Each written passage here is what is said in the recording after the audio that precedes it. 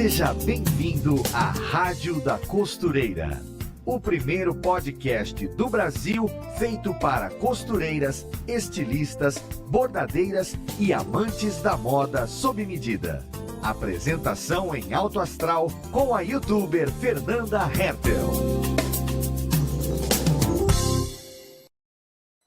E a Rádio da Costureira está de volta com mais um podcast para todas as costureiras do nosso Brasil, para quem trabalha com moda ou quem faz da própria moda, né, o seu jeito de se vestir, de se expressar, porque aqui a gente ama falar de todos os assuntos relacionados a este universo.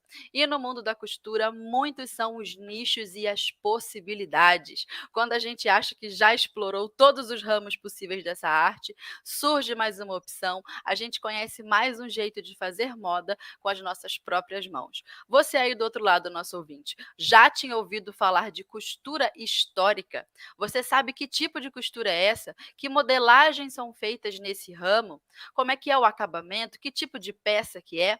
Você sabe o que é preciso para atuar nesse nicho? Porque no episódio de hoje nós vamos falar exatamente disso. Nós vamos fazer uma volta no tempo para conhecer melhor aí a costura histórica. E para conversar sobre esse assunto com a gente, nós temos um convidado que é youtuber, costureiro, modelista, bailarino e um verdadeiro apaixonado por costura histórica. Seja muito bem-vindo à nossa rádio, Wesley Costumery. Oi, pessoal, bom dia. Eu sou Wesley Costumery, eu sou modista e bailarino e eu trabalho com todas as áreas da costura histórica, desde a Idade Média até o meio do século XX. Nossa, que apresentação, hein? É só para deixar a gente bem curiosa e a gente quer entender como é que foi que você começou a gostar de costura, como é que você começou a atuar nessa área, por que você escolheu esse ramo, que é um ramo curioso, né? E muito lindo. A gente vê aí, ó, que você tá todo vestido bonitão a caráter, veio preparado representando, né, o tipo de costura que você faz. E eu tenho certeza que vai ser um assunto bastante interessante aqui na rádio. Estamos muito felizes de te receber, Wesley. Então, seja muito bem-vindo. E agora, vamos começar então pelo primeiro tópico que costuma, digamos assim, fazer a apresentação dos convidados de primeira viagem, os novatos aqui na rádio, como é o seu caso. Então, a primeira perguntinha é: nos conte um pouco da sua história de vida. Como você aprendeu a costurar e de onde veio esse interesse por costura histórica, né? Por que você decidiu ensinar isso na internet e como que foi toda essa sua trajetória? Então, desde criança eu gosto muito de coisas antigas. E quando eu tinha mais ou menos, acho que uns 8 anos, eu descobri a existência do filme O Vento Levou, que conta a história da Scarlett O'Hara na Guerra Civil dos Estados Unidos. Desde aquele momento eu falei, gente, eu preciso reproduzir essas roupas. E aí eu comecei a pesquisar, e aí o primeiro passo foi aprender a costurar. Aí depois que eu comecei a costurar, eu comecei a pesquisar mais sobre costura histórica. Acho que uma das primeiras peças que eu comecei a fazer foi o espartilho. Inclusive, é uma Coisa das mais pouca, né? Muito facinho. é uma das peças mais difíceis e mais complexas. E para parar para pensar, para uma roupa de baixo não deveria ser tão complexa, né?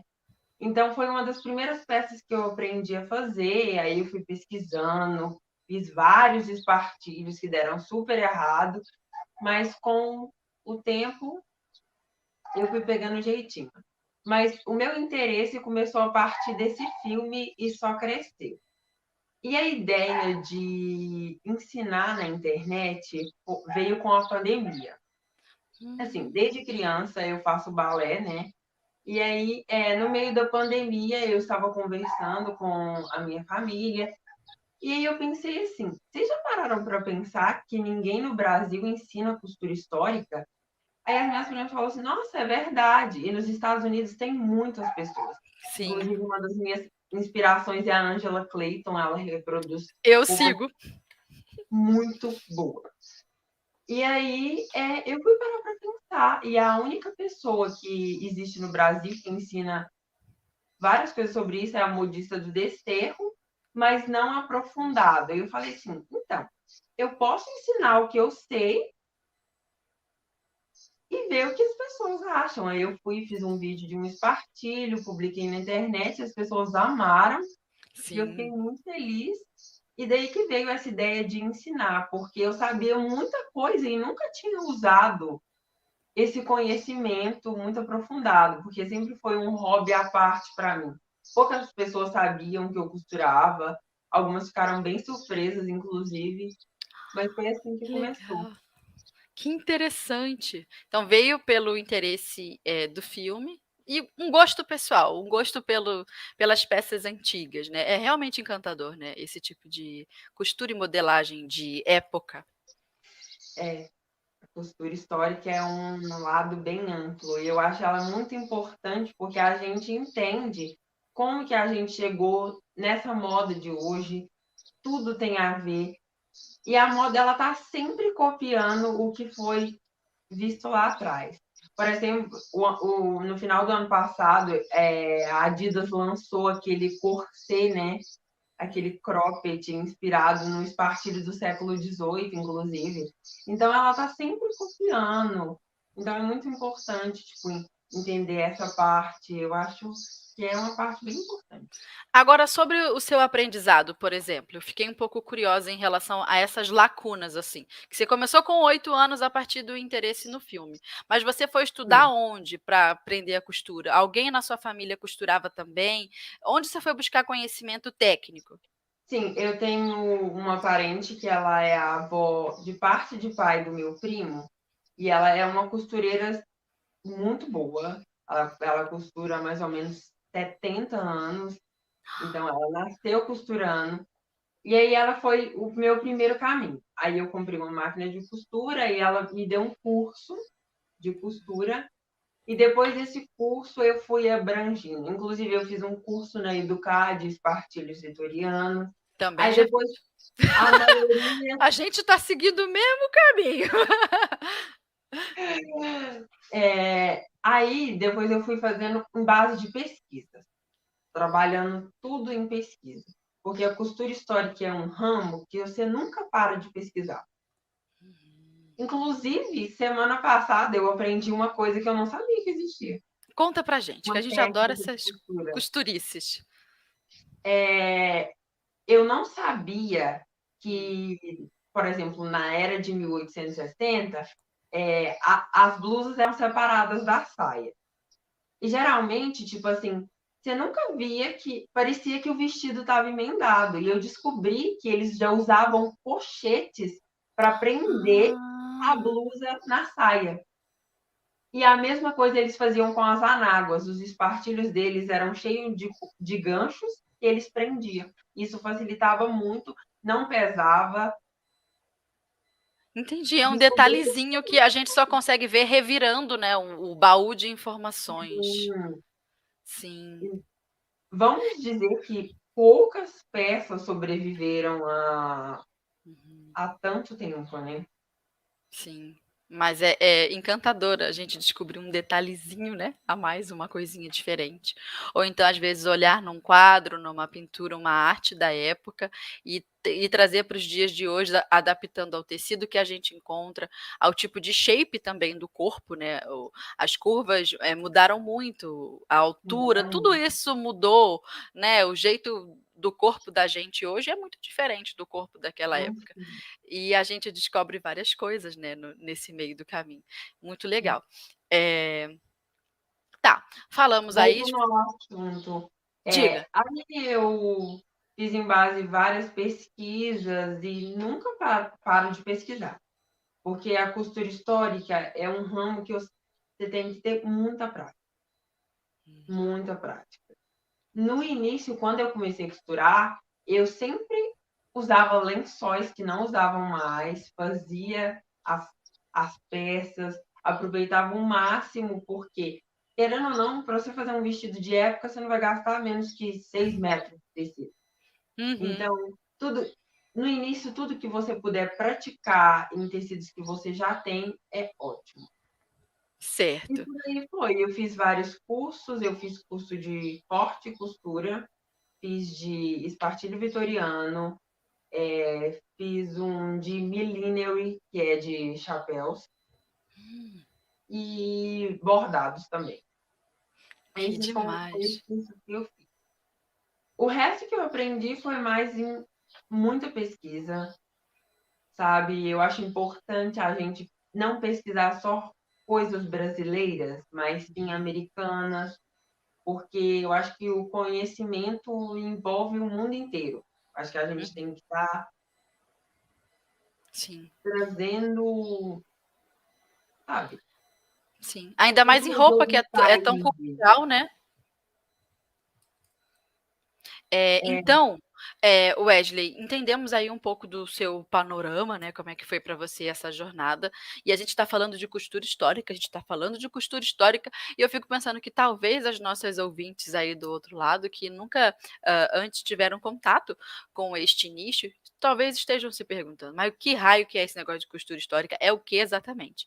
Então, esse já é o segundo tópico aqui da nossa pauta, né? O que é exatamente costura histórica? E quais as características mais marcantes desse nicho? Conta aí um pouquinho para a gente, como é que é a sua visão sobre isso? Então, a minha visão sobre costura histórica é poder recriar uma réplica de uma roupa que se foi usada. Por exemplo, daqui 150 anos, uma pessoa encontra uma roupa minha que eu usei, que eu uso hoje em dia. E ela provavelmente quer expor essa roupa, mas ela provavelmente não vai expor a roupa original, por vários motivos. E aí ela vai criar uma réplica sobre essa roupa. Então, eu acredito que costura histórica seja replicar exatamente uma roupa que se foi usada no passado. Necessariamente, você não precisa fazer tudo historicamente correto, porque eu acho que historicamente correto é quase impossível.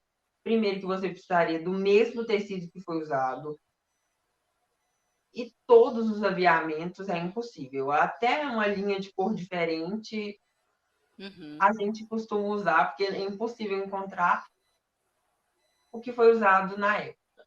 Então, eu acho que costura histórica seja isso, a réplica de figurinos exato. E eu acho que as pessoas têm uma visão muito ruim da costura histórica. Diga. Porque as pessoas têm mania de achar que roupas antigas são feias. Tem um pouco essa... Algumas pessoas que não entendem, ou viu ali... Chega numa loja e vê uma fantasia e a pessoa fala que é uma roupa de época, mas na verdade não é uma roupa de época. Então tem esse fato que eu acho que a roupa de época, ela era muito elaborada. A costura histórica, ela era Sem feita dúvida. com um carinho a mais. Sabe, tem essa questão do afeto com a roupa. As mulheres, elas falavam através da roupa delas. Então, eu acho que a costura histórica tem essa questão. Não que seja exatamente uma roupa de época, será um vestido grande. Daqui 150 anos, nossas roupas serão roupas de época. E eles vão ficar assim, meu Deus, olha o que eles usavam naquela época. E tem pessoas que vão tentar recriar o que a gente usa hoje. Então, eu acho que a costura histórica é basicamente isso. A réplica de roupas que as pessoas usaram há muito tempo atrás. Até há 20 anos atrás, há 10 anos atrás, a moda muda muito rápido. Então, eu acho que a costura histórica é realmente isso. E a parte mais marcante que marca a costura histórica, eu acho que é saber o tanto de camadas que sim eram usadas. Eu acho que isso é o que mais marca, porque a gente não usa mais tantas camadas. E até o final dos anos 60 se usavam muitas camadas. Então, eu acho que a parte mais marcante da costura histórica é essas camadas. E eu costumo falar que as mulheres vitorianas, elas parecem cebolas. Você vai cortando em camadas e é assim. Eu acho que essa é a parte mais marcante que eu acho. Pelo menos nesse recorte histórico em que nós estamos, né? onde estamos olhando para trás, né? Mas o que eu queria também entender um pouco melhor é o porquê as pessoas fazem costura histórica. Eu já entendi que é uma réplica para a gente, né, ter aquela peça nos dias atuais, mas o motivo é o quê? Quais são os motivos? Eu acredito que não seja só um. É por hobby? É porque a pessoa quer entender o que foi feito naquela época? É porque a pessoa quer usar aquele figurino e fazer como se fosse uma viagem no tempo, entrar num personagem? Qual que é o motivo? Eu acho que essa parte vai de pessoa para pessoa. Sim. Uns gostam demais, inclusive tem pessoas nos Estados Unidos que vivem como se viviam na era vitoriana e acham essa vida maravilhosa. Eu confesso que eu não daria conta. Eu sentiria É falta da muito tecnologia. diferente. Aham. Muito diferente. Tem pessoas que usam para voltar mesmo no tempo, para saber como é que eram. E tem gente que tem uma grande paixão. Então, esses motivos vão de pessoa, variam muito de pessoas para pessoas. Tem gente que acha bonito. Eu gosto muito de costura histórica. Eu acho que é muito importante a gente saber, e eu gosto de pensar que seria interessante a gente se colocar, pelo menos uma vez, na vida dessas pessoas que viveram há muito tempo atrás. Aí a gente pensa, nossa, como é que as pessoas passavam 24 horas por dia de espartilho? Sabe? Sim. É surreal de imaginar como isso era uma coisa normal, porque Sim. hoje em dia a gente não consegue. Você me falou isso, me fez lembrar de uma coisa. Você é de que estado? Eu sou de Minas Gerais, Você já foi no Rio de Janeiro? já. Você chegou aí naquele museu que infelizmente pegou fogo lá na Quinta da Boa A Vista? Quinta da Boa Vista não cheguei aí. Inclusive, eu sou muito fã da família imperial, assim, né? Sim. Leopoldina à parte, Dom Pedro já não gosto. Entendo. A Mas, parte austríaca é mais querida, né? sim, E você me falou disso, né, a experiência de vestir uma peça assim e meio que ser transportado para aquela época, para esse universo. Eu tenho muitas memórias de ter ido que ele pegou fogo. Eu fiquei muito triste, porque eu lembro de ir ali e era a casa, né, da família real na época, inclusive quando a capital do Brasil ficava no Rio de Janeiro, enfim, tem, eh, um período histórico ali importante. E a Quinta é muito bonita. E quando a sim. gente passava por lá e tocava nas coisas, né, passar a mão no corrimão, abrir a janela, e você sentir que você é quase como se você estivesse em outro lugar. E eu acredito que quem veste uma costura histórica, uma peça desse nível, é meio que transportado para isso também. E é muito curioso como isso mexe com o nosso imaginário e e nos faz sentir algumas emoções, assim, diferentes. E aí me fez lembrar desse castelo, que infelizmente pegou fogo o museu.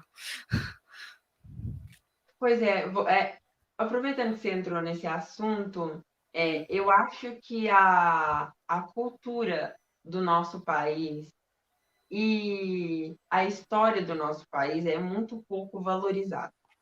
uhum.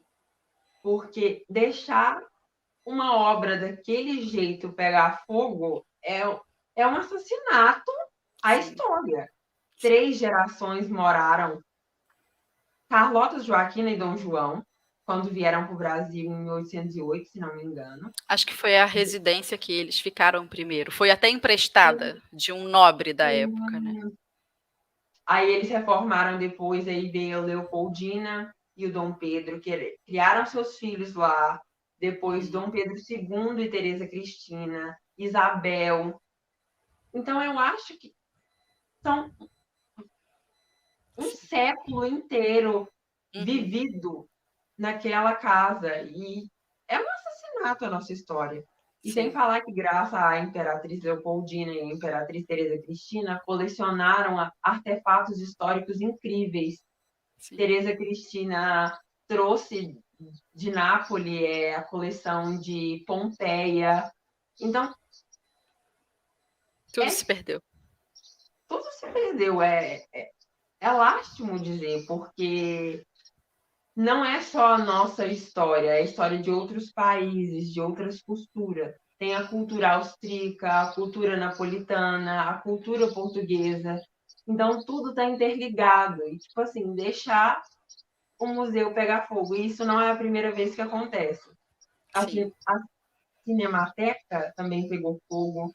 acho que Então, sim. eu acho que a cultura do nosso país é muito pouco valorizada, a história é muito pouco valorizada.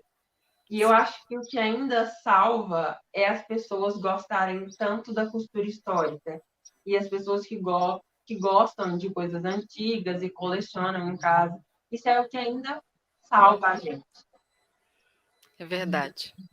Ficou para as fotos, né? Fotos eu tenho lá dentro do museu. Enfim, foi o que restou. É muito legal esse bate-papo, Wesley, a gente poder falar um pouco disso também. Acho que já esclarecemos, então, o que é costura histórica e os diferentes motivos, né, que levam as pessoas a costurarem esse tipo de peça. É quase que um hobby, né? É uma viagem no tempo. Mais uma pergunta, então. Deixa eu Diga, quer fazer uma completar? pergunta. Certo. O que seria costura histórica para você? Olha, eu sigo algumas pessoas deste ramo, desde criadores de conteúdo, tenho alguns livros também, relacionados a isso, mas eu não tenho um contato prático com a costura histórica. O que eu tenho é um encantamento por aquilo e me interessa também essa questão dos estudos, entender por que aquele acabamento era necessário, aquele acabamento era usado e feito daquela maneira para suprir a falta de que aviamento que depois, nos tempos modernos, né, a indústria nos trouxe, mas naquela época não tinha. Então ali tem muito, como é que eu posso dizer? É um uso muito criativo. Eles costuravam do jeito que dava para fazer. E muitas vezes o acabamento era mais impecável, era mais bonito.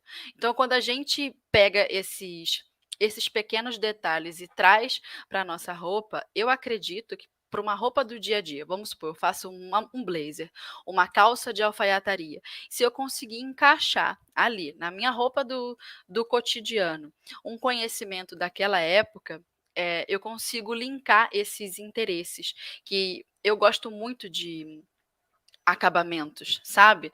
Eu acho que o meu maior interesse em costura histórica é entender os acabamentos. Eu sou a louca dos acabamentos, Wesley. É disso que eu gosto. Se fosse para ter uma roupa mal costurada, eu comprava na loja. Então, se eu estou me dando ao trabalho de fazer, eu quero fazer bem bonito. Eu gosto que a minha peça ela seja bonita pelo avesso. Se eu pudesse, eu vestia a minha roupa ao contrário e saía pela rua para mostrar para o povo o valor que tem do que eu coloquei ali. Então eu gosto desses detalhes. Costura histórica para mim é isso. Você sabia que todas as roupas, antigamente, eu não sei até em qual época, mas vou falar pelo século XIX, até antes, todas as roupas eram forradas. Não existe uma peça histórica que não era forrada. A saia tinha forro, mas não é aquele forro que você compra um vestido, aí tem o forro. Não, o forro era grudado. Sim, todo Tudo era embutido. forrado. Blusas eram forradas, tudo tinha forro. Nada mostrava costura. Você não vê Que quase maravilha. nada com costura para fora. Esse é o mundo perfeito.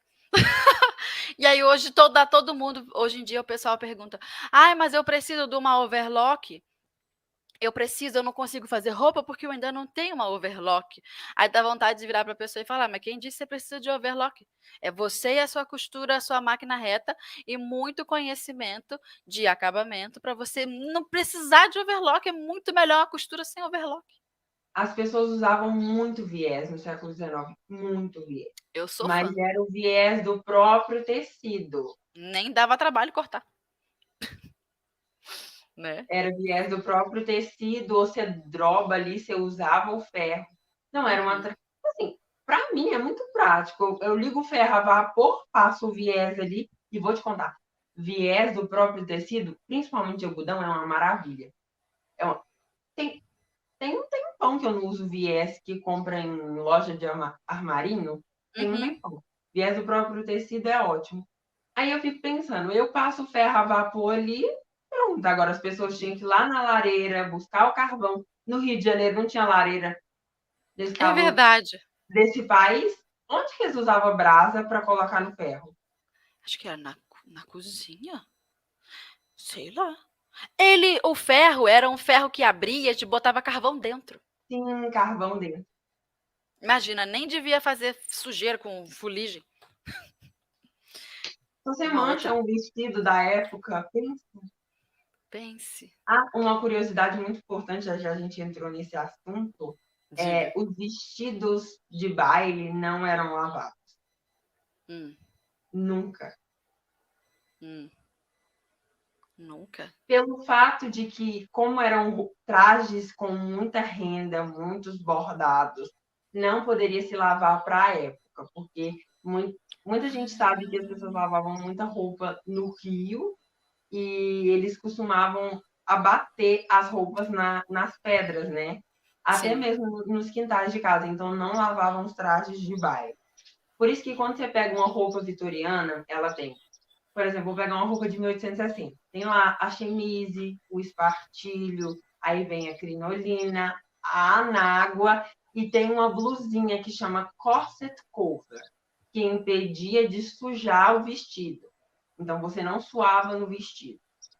Ele Que estava ali só interessante. e eles não lavavam. A barra eles passavam um paninho, mas mesmo assim, uma coisa. Eu tenho um conhecimento histórico sobre uma barra de vestido. Uma vez uma dama da sociedade foi passear em Londres.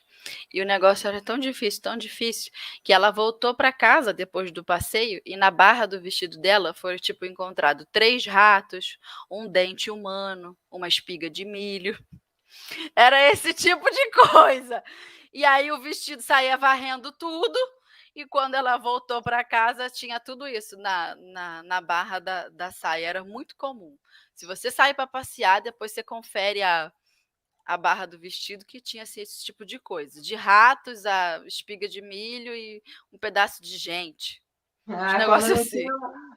Se um bebê não for na saia, né? Porque na era da crinolina você não via que você saía carregando. Exato, e aí saía levando as coisas, e são considerações interessantes.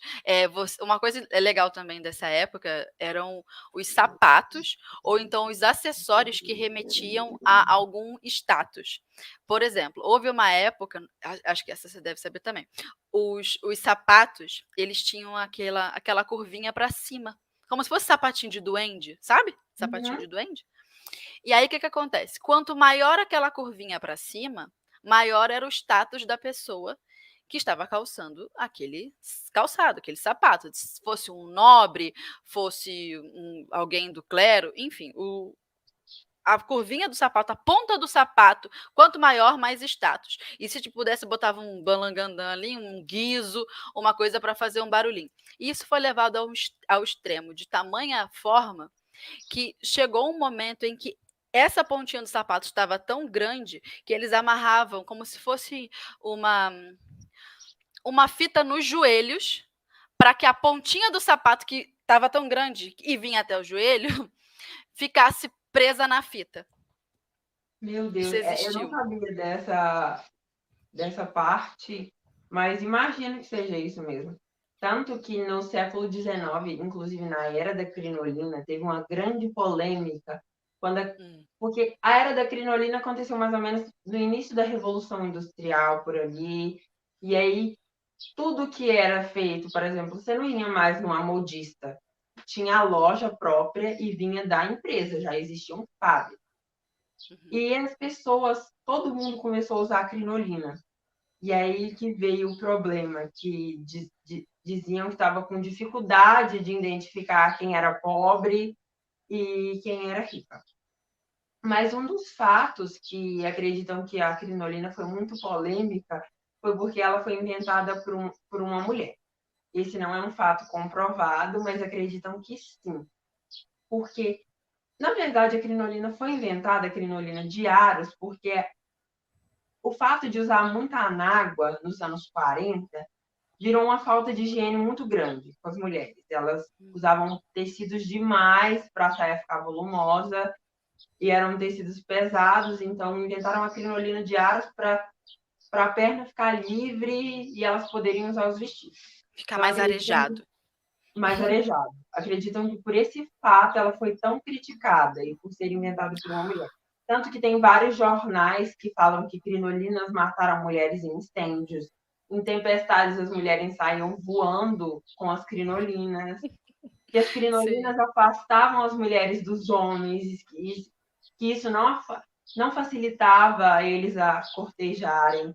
Então, acreditam que por isso ela foi tão criticada. A polêmica da crinolina, desde a invenção até o uso social, muito interessante. E tem esse nome de crinolina porque na época usava alguma coisa de cavalo, não é? Crina de cavalo. Porque a primeira crinolina, ela era feita era uma saia, como a anágua mesmo, e na barra dela eles usavam... Sabe quando... Sabe crinol? Crinol, sei, conheço. Você usa o crinol e ele fica com aquela volta assim na saia? Aquele aspecto... Como é que eu vou ondulado. Ondulado. O que eles faziam? Eles pegavam a crina do cavalo, eles trançavam e faziam cordões. Você fazia várias lacunas na barra da saia e colocava esses cordões. E aí ela ficava com aquele aspecto ondulado. Esse foi a primeira crinolina. Só que quem usava essa crinolina era apenas as pessoas muito ricas. Porque a crinolina era uma armação cara para a época. Principalmente porque usava de crinas de cavalo. Então, era uma coisa cara para a época. E depois, a indústria inventou o metal boning, que foi o aro flexível. E aí as mulheres começavam a usar. Aí depois foi uso social, empregados começaram a usar. Entendi. Popularizou, né? Porque o material ficou mais acessível. Sim. Mas, inclusive, e hoje... em alguns lugares não se usava. Inclusive, tem uma cena de O Vento Levou, que a Meme, empregada da Scarlett, ela fala que queria uma anágua de tafetá tão dura que quando ela chegasse no céu, Jesus ia pensar que era feita de asas de anjo. Pelo simples fato de ela não poder usar uma crinolina, ela queria uma anágua que fosse igual a uma crinolina. Entendi. Eu acho esse aspecto muito engraçado. O Vento Levou é um filme que ele tem muita história. Cada fala dele tem um aspecto histórico. Foi um filme que foi muito estudado para ser feito. É um filme muito historicamente correto. Então, eu acho que quem quer começar na costura histórica tem que assistir ele, porque ele é muito importante. Eu já gosto de um filme antigo, agora vou ter que assistir esse. Eu queria que existisse um Netflix dos filmes antigos. Eu ia comprar esse produto. Eu só queria isso. É muito difícil de achar. Muito difícil. É a luta. O Vento Levou, você acha, porque ele foi um filme que ganhou muitos Oscars, ele foi modificado várias vezes, ele passou no cinema várias vezes. Inclusive, a última vez que ele passou no cinema foi em 2012, e quando eles fizeram ele em HD. Acho que foi a última vez que ele passou no cinema. Esse é mais fácil de encontrar, mas agora outros são mais difíceis. É verdade. Então, fizemos um passeio histórico e agora vamos voltar para a nossa pauta. Já dá tempo de eu botar agora, então, aqui, vou encaixar o alerta tendência de hoje com a Ana e daqui a pouco a gente volta aqui para o nosso bate-papo. Aguenta aí. Oi, gente, eu sou Ana Paula Mocelin, jornalista de moda da Maximus Tecidos e estou aqui para te deixar por dentro das últimas tendências e novidades no mundo da moda. Você sabe quais as estampas que estão na moda nessa temporada? Não? Então vamos lá que eu te conto. A primeira estampa tendência é o xadrez vestir. Ele é um tipo de xadrez que traz um frescor e um romantismo muito charmoso e que combina com o clima da estação. Uma outra tendência são as estampas maxi florais, ou seja, tecidos com flores bem grandes. Essa versão maximalista da estampa clássica da primavera traz um ar menos óbvio e fashionista para o look. Falando em sair do óbvio, outra estampa tendência é a estampa de frutas. Ela remete ao verão e à primavera e é perfeita para quem procura um visual mais divertido e tropical. No site da Maximus Tecidos, toda semana você encontra novidades em estampas para fazer o seu look sob medida. Fica a dica. Beijo! Aê, voltamos do Alerta Tendência com Eu a Ana. aproveitei o intervalo rapidinho para pegar a Ah, blusa do meu vestido de 1880 e mostrar o avesso dela. com pedrarias e tudo. Olha, tudo embutido. Tudo fechadinho. Olha aí, Wesley. Aproxima pra gente ver. Aproxima. Aproxima pra gente ver. Aproxima pra gente espiar. Isso. Olha lá, ó. No veludo. E vira. Olha que perfeição. E aí você fez seguindo como a peça era na época. Sim, segui como a peça era na época. E esse foi um dos vestidos mais difíceis de fazer por causa do veludo. Porque o veludo, ele cede um pouco. E a peça precisa ficar exatamente um lado igual ao outro, porque senão dá muito problema. Inclusive, quando eu fui fazer o vestido de Bridgerton, eu tive que desmanchar a costura da blusa 2 vezes. Esse é o tipo de Porque a costureiro que eu gosto. Você vai cortar a seda, eu não sei como, porque no molde ela fica certa, na hora que você tira, ela fica 2 dedos maior que o outro lado. Então, é muito mais complicado. Então, você tem que ir revisando. Inclusive, vou mostrar o vestido que eu fiz inspirado em Bridgerton. Você assistiu a série? Não assisti essa série, mas eu vi esse vídeo seu. Inspirado em Bridgerton. Essas rendas aqui das costas foram aplicadas à mão. Eu vi. Eu vi nas suas redes sociais.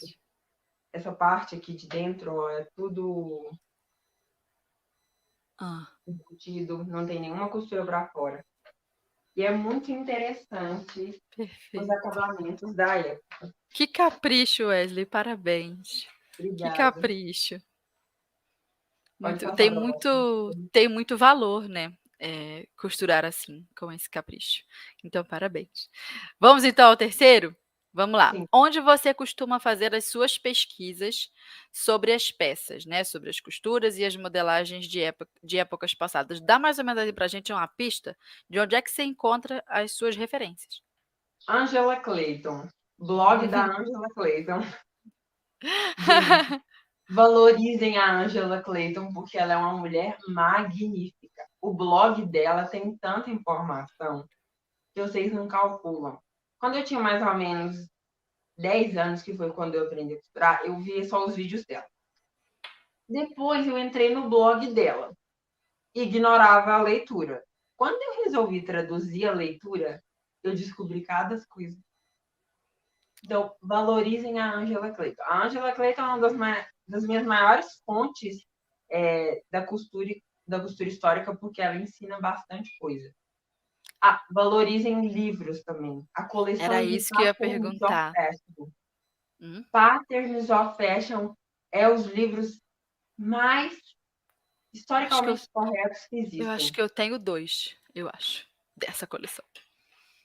A Janet Arnold, ela foi em museus e ela teve permissões, eu não sei se foi do governo, mas eu sei que ela teve permissões de pegar várias peças históricas e ela desmanchou a roupa inteira. E quando ela desmanchou a roupa, ela teve acesso aos moldes.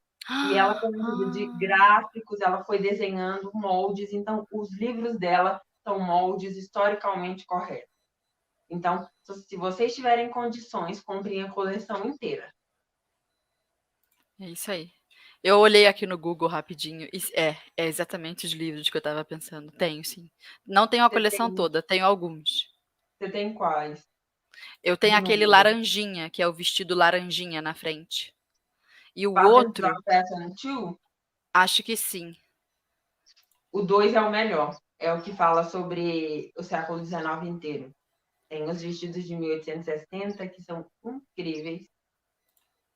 Esses Então, livros estão lá em casa. Quando eu tenho um cadinho mais de tempo, eu dou uma olhada. E eu amo aprender por livros e olhar tudo também em outro idioma, que eu não entendo. Mas aí eu olho as figuras e vou traduzindo. Inclusive, a Marlene também faz isso. Quando a Marlene quer comprar qualquer livro, Marlene Mukai, qualquer livro em outro idioma, e ela compra muito livro, japonês, inglês, russo, tudo. E ela vai traduzindo com o celular. E assim o conhecimento chega até a gente. Veja que privilégio, né? Poder aprender com livros de diferentes idiomas e, dependendo da nacionalidade, a técnica é diferente. Eu gosto muito dos russos, por exemplo, o livro de acabamento russo. Fico louca. os russos são. Os russos começaram tudo, né? Eu amo os vestidos imperiais da Rússia, eu acho uma estética muito incrível. Eu tenho uma paixão pelos Romanov. Os czares. Sim. Vamos lá. Mas então é isso. Sabe, eu vou te dar uma dica, não sei se talvez você conheça. Vamos ver, vou deixar a dica aqui para todo mundo. Tem museu, tem um monte. Eu sei que tem um em Nova York, que eu não vou lembrar agora o nome, e até se eu lembrasse, eu acho que eu não Metropolitan. iria pronunciar também. Não, não é esse não, é um outro, mas fica em Nova York também. E eles disponibilizam no site do museu PDFs da época.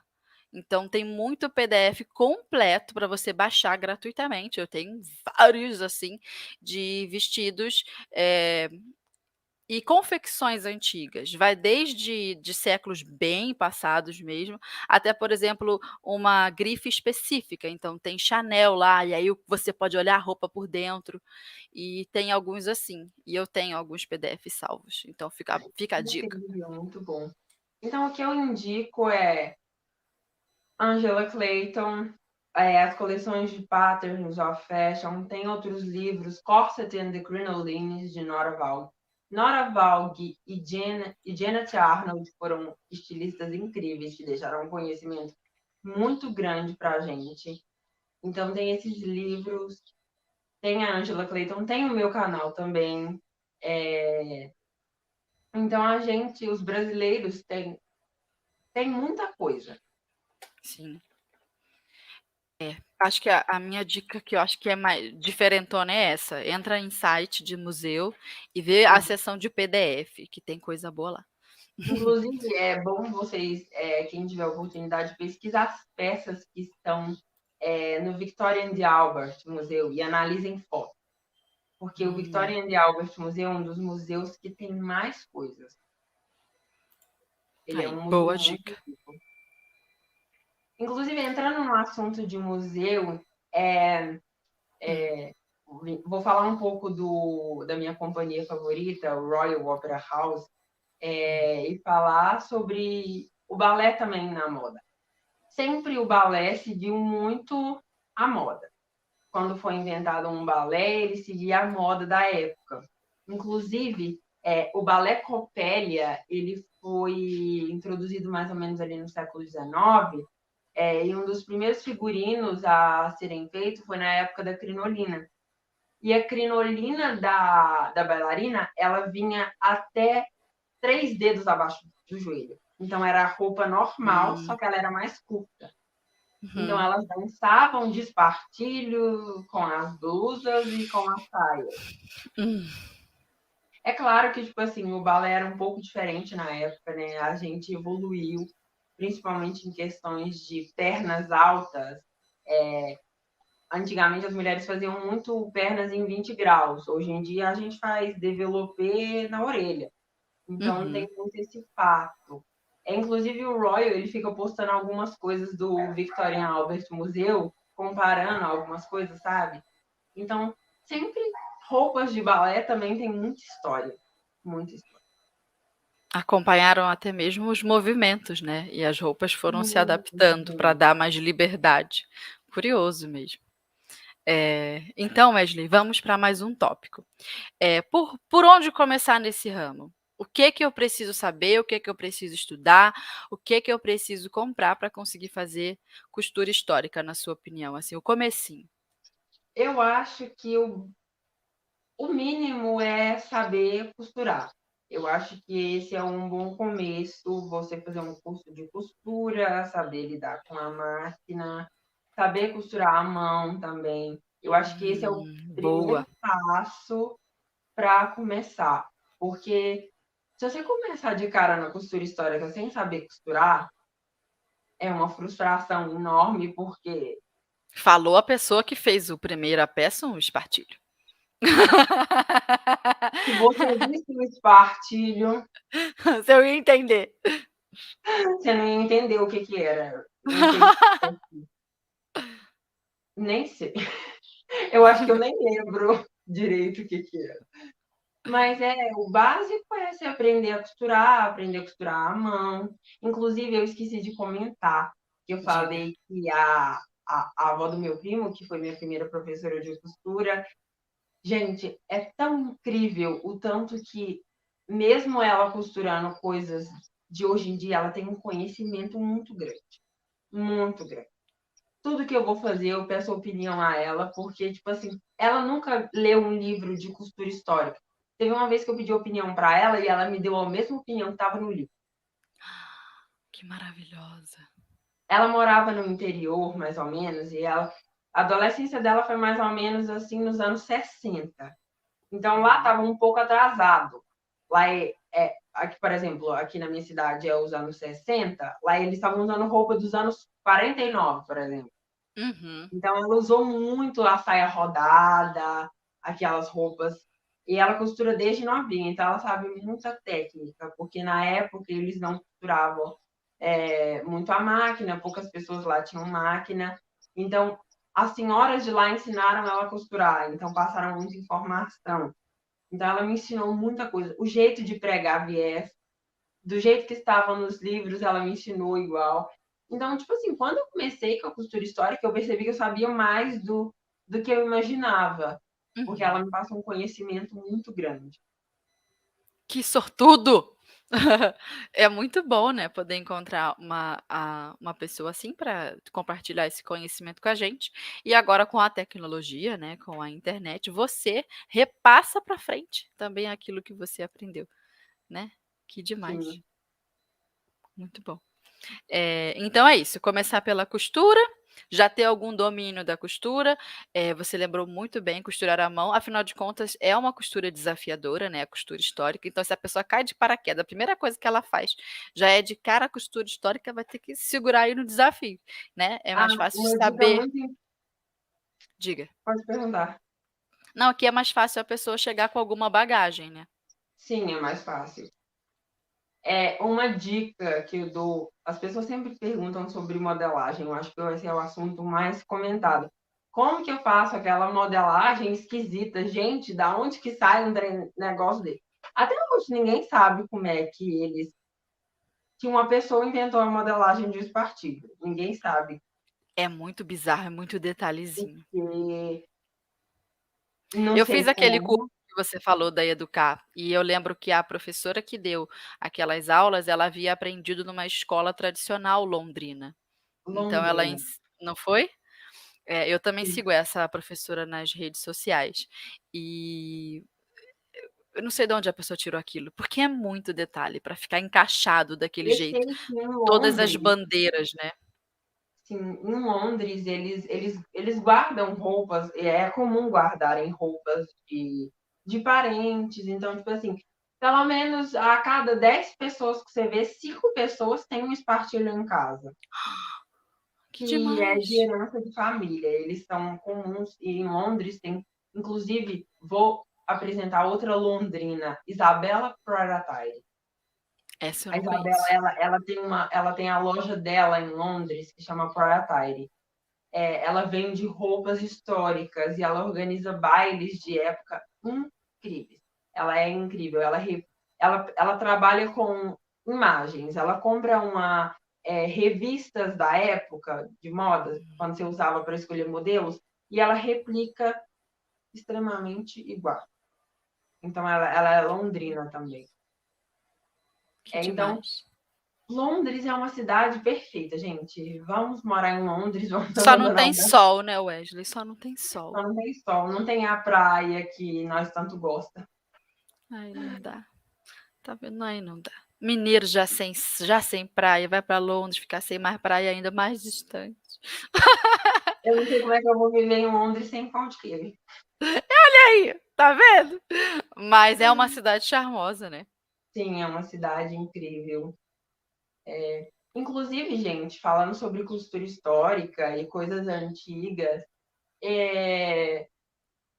assistem balés, porque o balé ele conta muita coisa. O balé ele é uma das artes mais incríveis que eu acho, não só porque eu faço, mas porque eu acho que é uma arte que é uma dedicação muito grande. Eu acho que, tipo assim, as pessoas têm que começar a valorizar mais a arte. Mais ainda, com a vinda da tecnologia, valorizem mais a arte. Valorizem a costura, que é uma arte. Porque às vezes eles falam assim, a pessoa ali é costureira. Mas ela faz só barra em calça, só prega zíper, prega botão. Pregar um simples botão é uma arte. Porque também, se você não der o arremate certo, não vai parar lá. Então, eu acho que os brasileiros têm que valorizar muito mais a arte, valorizar tudo em relação à arte, a pintura, porque tudo isso tem uma trajetória muito grande. Não é uma coisa de ontem. O balé, a costura, a pintura é uma coisa de várias pessoas lutaram muito para chegar aonde estamos. Então, eu acho muito importante. E é preciso resgatar um pouco de sensibilidade para poder apreciar a arte, né? Às vezes as pessoas não entendem, a arte fica meio que no mundo subjetivo. Então, assim, você tem que ligar o botão da sensibilidade para sentir, né? E deixar a arte falar com você. E a arte está em tantas coisas, né? Falando mais um pouco sobre o balé ele é tão complexo que vamos pegar a história o balé de A Bela Adormecida. Traz aí a arte da escrita, da leitura, traz a arte que vai trazer no figurino, a arte da costura, a arte do teatro, que é a interpretação, porque no balé a gente trabalha muito com mise-en-scène, a gente interpreta, faz, e a arte da dança. Então, o balé, ele envolve muita coisa. Eu acho incrível que, tipo assim, nas companhias, porque no Brasil não tem uma companhia assim, né? Mas nos outros países, as companhias ainda usam nos espetáculos a orquestra. Ainda existe a orquestra. Nas salas de aula de balé ainda existe o pianista que fica lá, eles não costumam usar sons. Então, eu acho isso incrível, porque está valorizando também a arte da música, porque a arte da música é muito importante. Hoje em dia, todo mundo escuta música e, mesmo assim, não é tão valorizado. A música clássica não é tão mais valorizada. Sim. É que depois que você ouve música clássica e você ouve, você internaliza aquela grandeza, é até difícil sair daquele mundo e voltar para a realidade que tantas vezes é tão feia. Dá até um nervoso, você sente a diferença, deixa eu voltar para cá. É um contraste muito grande, né? Então, mas é uma experiência ouvir música clássica, por exemplo. Você dá uma mergulhada ali, aí depois quando você sai, você acha até o mundo meio feio, acha até a realidade meio sem graça. Eu pelo menos sinto isso. Eu gosto muito de Beethoven, gosto muito de Mozart. Eu acho que, tipo assim, de música clássica, as músicas clássicas que são feitas para os balés são as que mais pegam o coração da gente, porque elas contam muito história. Tchaikovsky foi um homem incrível. Igual, a música favorita clássica, acho que todo mundo conhece, é Valsa das Flores, né? Acho que sim. Então, o jeito que Tchaikovsky Mas eu acho que a gente escreveu reconhece muitas peças, a gente reconhece, ali. mas não tem o costume de ouvir. Eu gosto muito da trilha sonora de um balé chamado La Bayadère, que é um balé que ele se passa na Arábia, conta a história de Nikia Gamzat Sol. Ele é incrível. Tem uma parte que é a parte final, que é quando tem um homem que ele envolve com duas mulheres e é aquele fato que sempre acontece. Uma morre, a outra fica viva, que é a vilã. E aí tem uma parte que chama a coreografia das sombras, que são as chaves. Ele entra num reino dos sonhos. E aí várias mulheres começam a entrar e elas fazem o mesmo movimento e elas vão. E essa música é tão maravilhosa. Os músicos da época fizeram, parece que você sente que você realmente está em outro mundo. Então, eu acho que isso é o mais incrível. Você se sente ali, sabe? A música clássica, ela te traz para outro mundo. E quando você junta isso com a costura histórica, com a arte de costurar, como você falou, né? De fato, você faz uma viagem no tempo. Acho que uma coisa está bem conectada com a outra. Wesley, nós já estamos caminhando para o finalzinho do episódio, já estamos aqui, já estouramos todos os tempos. Eu acho que você vai ter que voltar aqui para a gente continuar conversando mais um pouco, Gente, né? eu quero voltar. Sobrou Eu gostei espaço da muito. pauta. Eu sabia que você ia gostar. Eu falei para tu que você ia chegar aqui e ia ficar à vontade. É muito bom, né, o bate-papo. Gente, eu gostei muito. Mas agora eu tenho que colocar o áudiozinho da nossa ouvinte, senão elas vão ficar chateadas comigo que eu não botei áudio da ouvinte do episódio. Então eu vou colocar e daqui a pouco a gente volta. Oi, pessoal, tudo bem com vocês? Espero que sim. Confesso que eu tô muito emocionada ainda, pra ser sincera. Chorei muito ao ver o episódio de hoje, que foi o episódio 100 do programa da Rádio da Costureira. Nossa, que história linda, que coisa linda, né? A gente vê o crescimento da Rádio, da Costureira e da Fernanda, né? Em especial, vamos dizer assim, porque ela está à frente desse trabalho. Claro que a gente sabe que tem os bastidores, tem pessoas por trás, né? A Máximo Tecido, toda uma equipe, mas ali no dia a dia que a gente está de frente, assim, é a Fernanda, né? Parabéns, Fernanda. Que Deus abençoe. Nossa, eu pedi muito a Deus, de coração mesmo, que continue abençoando a sua vida e que você continue sendo esse sucesso. E mais ainda, que com certeza, né, com esse talento, você vai muito além ainda, né? E a todos da Máximos também. Eu conheci a Fernanda num dia que eu tava limpando meu guarda-roupa e eu falei, vou escutar uma música. Aí eu liguei no YouTube. Aí quando eu liguei, eu vi que tava ali. Ela tava entrevistando o Jonatas Verde é o nome dele, né? E ali ela tava contando o episódio daquela que ela enroscou a saia dela na bicicleta. Gente do céu, eu chorei de dar risada. Eu falei, quem que é essa doida aí? Preciso seguir essa doida aí, pra ver se alegra um pouquinho a minha vida, porque, gente, eu rachava o bico de ver. Aí ela começou a falar, o Jonas também contando umas histórias. Nossa, foi muito legal esse episódio. Eu já até assisti outras vezes. E também da Ferreira, eu esqueci o nome dela, eu sei que o sobrenome é Ferreira, que ela é uma pessoa que estimula muito, né? A gente acha que é só com a gente que tem os perrengues, não tem. E ela me deu um chá de ânimo, assim, sabe? E outros episódios, amo a Marlene Mukai, nossa, uma inspiração pra mim. E outras, não dá nem pra citar nomes, todas têm o seu participação especial, contribuem com alguma coisinha, com uma fatia do bolo. Deus abençoe, parabéns pelo programa, amo vocês e não pare, continue sempre assim, que a gente tá ligadinho todas as quintas. Agora eu não consigo assistir mais porque eu tô trabalhando fora, mas assim que eu chego em casa, que nem hoje, eu já vou lá ver a entrevistada. Beijos, fiquem com Deus.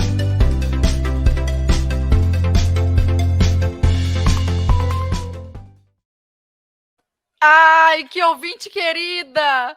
Muito obrigada pelo carinho, pela mensagem. Que bom que a gente já chorou e já riu juntas aqui nessa Rádio da Costureira. Fiquei muito feliz, muito obrigada pelo carinho. Wesley, então assim, ó, vamos finalizar chuchuzinho Fernanda, na última eu pergunta. queria falar da modelagem e não contei. A gente foi para outra assunto. O povo deve estar minha filha, aqui é assim, o bate-papo vai fluindo. Mas deixa eu te falar, a gente vai ter que trazer você aqui de novo para a gente terminar de conversar e falar, aprofundar um pouco mais essas questões de costura histórica e falar também de todo o universo, né, que envolve isso, igual você falou, arte, música, balé. Mas deixa eu te fazer uma última perguntinha, que eu acho que é o desfecho final, assim, e aí você abre o seu coração para as nossas ouvintes e a gente finaliza o episódio, beleza? Ó, primeira perguntinha. Que conselho você daria para quem deseja aprender a costurar peças de época? Conselho agora de Wesley. Gente, tenham muita paciência. Eu acho que paciência não desistem, porque vai aparecer vários obstáculos, muitos obstáculos, uma manga maior que a outra, por exemplo. Mas uma alça que você costurou virada. não desistem, tenham paciência, planejem. Por exemplo, vocês vão fazer um vestido de 1860? Planejem. Por etapas. e vão analisando tudo que vocês têm que fazer, seguindo uma lista direitinho. Não façam com pressa, porque costura histórica não tem como. Não é, por exemplo, eu vou fazer um shortinho e eu termino ele hoje. Não, isso é impossível. Passem com a cabeça descansada, tenham bastante paciência, muito carinho, porque aí dá certo. Porque costura histórica é assim, né? Sempre vai ter um defeito ali e aqui, então tenham muita paciência e eu acho que isso é a chave de ouro. Perfeito, exatamente isso aí. Não dá para costurar com pressa. Wesley, deixa eu te falar. Aqui no finalzinho do nosso episódio, a gente sempre lê os comentários, alguns comentários rapidinhos do pessoal, e a gente faz o Momento Zigue-Zague, que é um quadro aqui na rádio, onde eu te faço 3 perguntinhas rápidas, assim, sabe, Marília Gabriela? Eu te pergunto rápido, tu me responde a primeira coisa que vem à tua cabeça. Que assim a gente pega o quê? O convidado no pulo. Então vamos ao Momento Deixa eu Zigue-Zague. falar uma coisinha rapidinho, porque Diga. eu não falei do negócio da modelagem. Gente, Ah, modelagem histórica, o que é mais indicado de fazer é a técnica da moulagem. Só que aí você precisa de um manequim apropriado para isso. Inclusive, eu estou preparando sobre isso no meu canal. Não vou dar muitos spoilers sobre a o gente futuro queria. manequim. Mas é isso. Moulagem é uma técnica muito boa para costura histórica. O que inclusive, é o que a Angela Clayton mais usa, é a moulagem. Certo. Boa dica, então. Quem quiser trabalhar com isso vai ter que se especializar, né, para costurar. Certo? Então vamos ao nosso momento zigue-zague de hoje.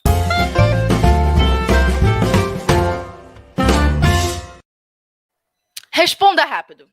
Qual época ou década passada é a sua preferida para se inspirar e criar suas costuras históricas? 1860. Que precisão. 2.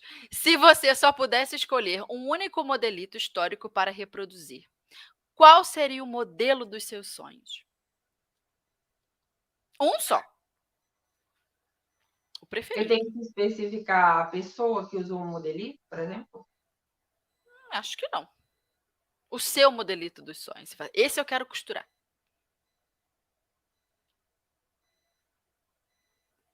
Deixa eu pensar. Gente. É para responder rápido, Wesley. A intenção é essa. O vestido de casamento da princesa Leopoldina. Coisa simples. 3. Complete a frase. Para mim, costura histórica é... Acho que é amor, carinho, paciência, muita dedicação e surreal, né? Igual a gente falou, é uma viagem, é poder fazer uma viagem no tempo. De fato. Certo. Agora vamos, então, aos comentários das ouvintes.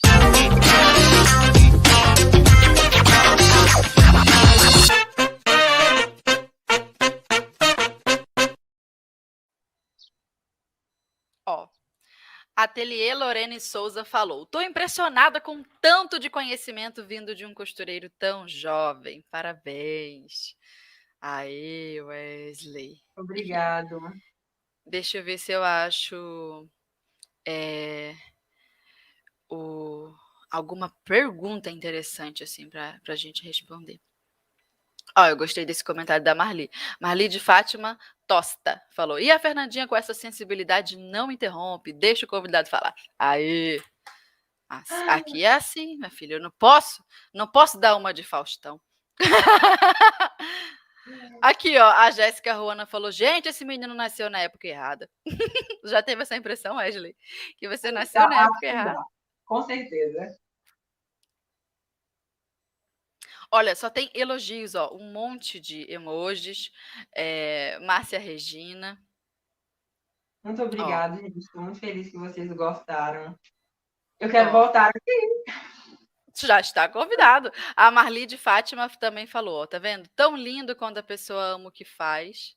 Eu tô vendo se eu acho alguma perguntinha, mas tá todo mundo aqui, ó, se derretendo por você, Wesley. Márcia Regina, amei assistir esse garoto maravilhoso. um costureiro de mão cheia, mostrou o avesso pra gente, ao vivo, minha filha. Isso aqui é competência. Wesley, vamos fazer o seguinte: respondemos então os comentários da galera e estamos caminhando para o finalzinho do episódio, mas agora a gente quer te conhecer assim, de todo jeito, não tem para onde fugir. Fala pra gente as suas redes sociais, para quem ainda não te conhece, buscar agora te conhecer.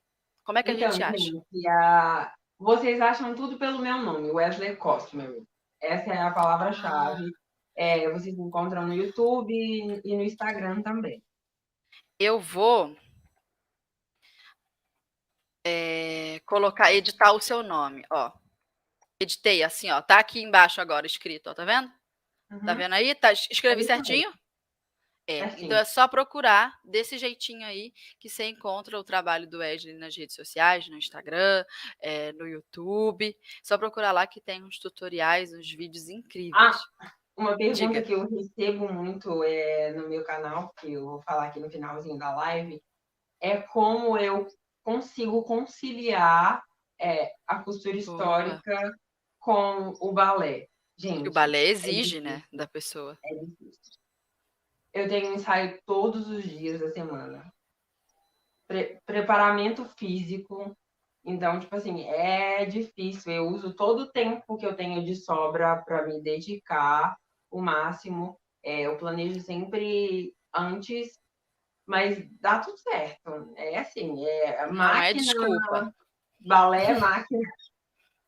Não é desculpa para não costurar, tá vendo? Você que fica dizendo que não tem tempo, se o Wesley arruma tempo, você também encontra. Wesley, então, muito obrigada pela sua presença aqui com a gente. Obrigada pela sua contribuição aqui no nosso episódio, trazendo seus conhecimentos. As portas aqui da Rádio da Costureira estão abertas para você, toda vez que você quiser aparecer, seja pelo nosso convite, né? A gente pode fazer um collab no nosso canal. Podemos, eu já estou querendo já. Exatamente. Vou te desafiar a fazer alguma coisa histórica. Então vou ter que te desafiar nos bordados, umas pedrarias. A gente fazer uma troca assim, facinho, chuchu, um pro outro. Sim. Fechou então, Wesley. Muito obrigada. Muito obrigado. Eu amei estar aqui, eu não quero ir embora. Mas a gente tem que finalizar.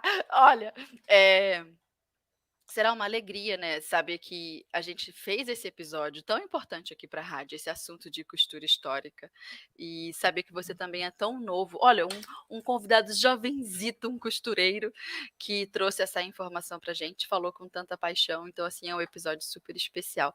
Muito obrigada, viu? E segue aí com esse seu trabalho, os seus interesses. É muito apaixonante ver uma pessoa que gosta de estudar, que gosta de pesquisar e se interessa tanto por costura e por arte e pelo que isso representa. Então, muito obrigada, viu? Muito obrigada a vocês, gente. Quer se despedir da galera? Sim, fiquei muito feliz de vir aqui. Eu gostei muito Eu quero agradecer a Fernanda, a Máximos Tecidos, que me encontrou no fundo do baú. Quero agradecer muito por ter me convidado para essa entrevista, fiquei muito feliz. E, gente, só um recado, valorizem as artes, tá? Tá dado o seu recado, Wesley. A todas as nossas ouvintes, muito obrigada pela presença aqui com a gente toda quinta-feira. Semana que vem estaremos de volta. Se você lembrou de alguém que precisa se inspirar com a história de Wesley, pegue o link desse episódio, compartilha com essa pessoa, fala, assiste aqui, ó, que vai ser muito bom. Você vê esse menino esperto aqui, ó, compartilha a história do Wesley e bora costurar cada vez com mais capricho. Então, muito obrigada pela presença de vocês e semana que vem nós estamos de volta. Um beijo e até lá. Tchau, gente. Beijo.